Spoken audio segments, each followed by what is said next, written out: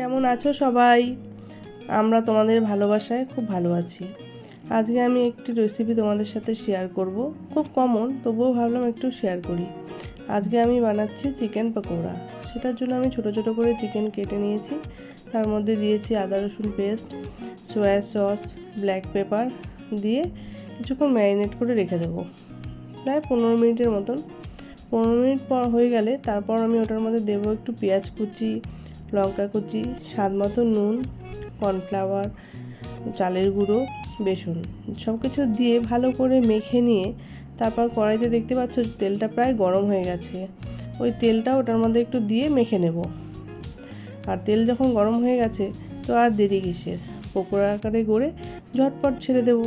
সেই তেলের মধ্যে সুন্দর করে ছেড়ে দিয়েছি। পকোড়াগুলো দেখো, দেখতেও বেশ সুন্দর হয়েছে। এখন এপিট ওপিট দুপিট করে ভেজে প্রায় লাল হয়ে এসছে। তো এখন পকোড়াটা আমার ভাজা কমপ্লিট। তো তুলে নিলাম ঝটপট, গরম গরম ভাজা। খেতে কিন্তু বেশ ভালো হয়েছিল। দেখো, যেমন মুচমুচে তেমন টেস্ট। চলো ভিডিওটি আজকে এখানেই শেষ করি।